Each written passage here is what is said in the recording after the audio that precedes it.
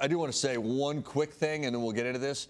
There are a lot of people in Knoxville right now, and this is not the entire fan base. They need to get home, hopefully safely, and frankly, re-examine their lives and their priorities. That was embarrassing for too many people wearing orange. Not everybody, and we understand it. It's a passionate situation. It's a bad look. The worst part about it was that this was the night where Tennessee football was back. You know, the Neyland Stadium was back. The crowd, the energy, everything was back. It was such a positive, and then for it to end like that just was unfortunate for that entire fan base, for the conference in general. Yeah, you understand why people are passionate. Look, I mean, there was a lot of expectation going into this game. And look, Tennessee played both teams played 101 plays, 70-something plays. I mean, these young men played their hearts out. And look, the call on the spot, look, I didn't agree with the spot. I understand why people are passionate, but when you start throwing things on the field, there are 200 other people on the field that had nothing to do with that call.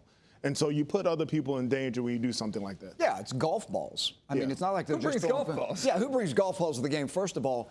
But you're throwing objects down on the field that can literally hurt somebody. Yeah. I mean, so apparently Lane got hit, right? Or at least close to it looked like. Yeah. But the point is it's classless. There's no place for it. You've got so many good things going for Tennessee volunteer football right now.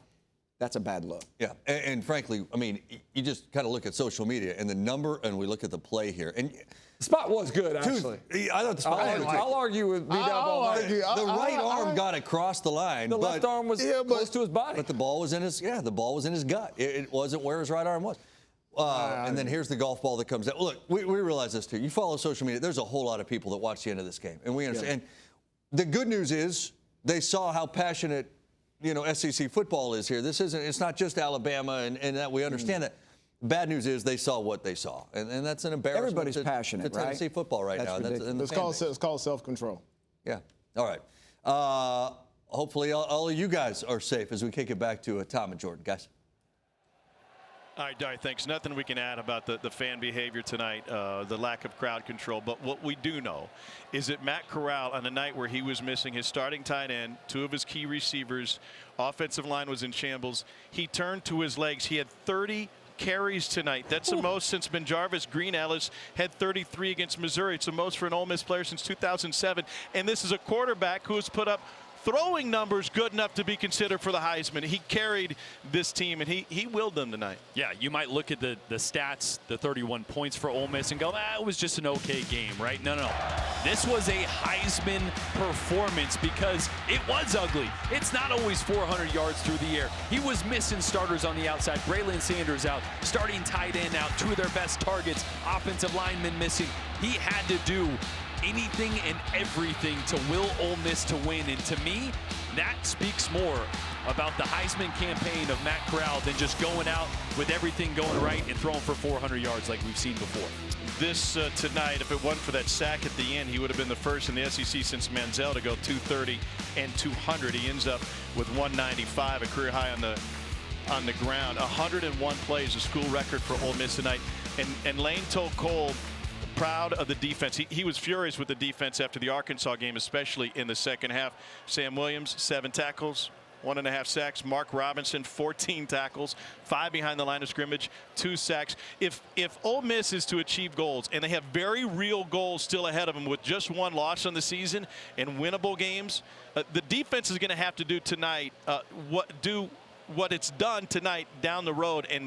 And man, this is Lane Kiffin's sent a message, I think, with the way they played the last few games. It was huge. They played with an attitude, an intensity, a speed. Look, they shut down Tennessee in the first half. Yeah. Gave up a little bit at the end in a 2-minute drive playing off zone coverage. And yes, Tennessee got theirs in the second half. We knew that was going to happen, but this is a Tennessee team that's been averaging over 40 points a game easily. And Ole Miss has been a not good defense. Yeah. Held them to 26, showed a lot of heart. That's going to go a long way through a tough stretch that's ahead of Ole Miss. Let's take a look at the last 2 plays of the game. Joe Milton off the bench after Hooker got injured. And this play into the checkerboard was this close when Tennessee got the ball back to win the game. And then finally, Milton, you mentioned it, just a bit of lack of awareness. Yeah, on his final watch play. him look up at the clock here. Look up for the clock. He's like, how much time I got? You only had 3 seconds when that play started, right? It's just someone that came cold off the bench, that wasn't aware of the situation. And boy, Lane Kiffin, like I said, like he said, what a relief to get out of this game. 510 total yards of offense. Guys, we know that when Lane Kiffin shows up, there's going to be drama. There's going to be entertainment. He's going to say, get your popcorn ready. And the crowd, especially early on when he first came out during warm-ups, they fed off of that. And it was a good, positive energy. It was a rival-type energy that dissipated, obviously, at the end of the game. But what overall was a fantastic atmosphere and a sold-out crowd here at Neyland Stadium for most of the night. Thank you for watching ESPN on YouTube. For live streaming sports and premium content, subscribe to ESPN+.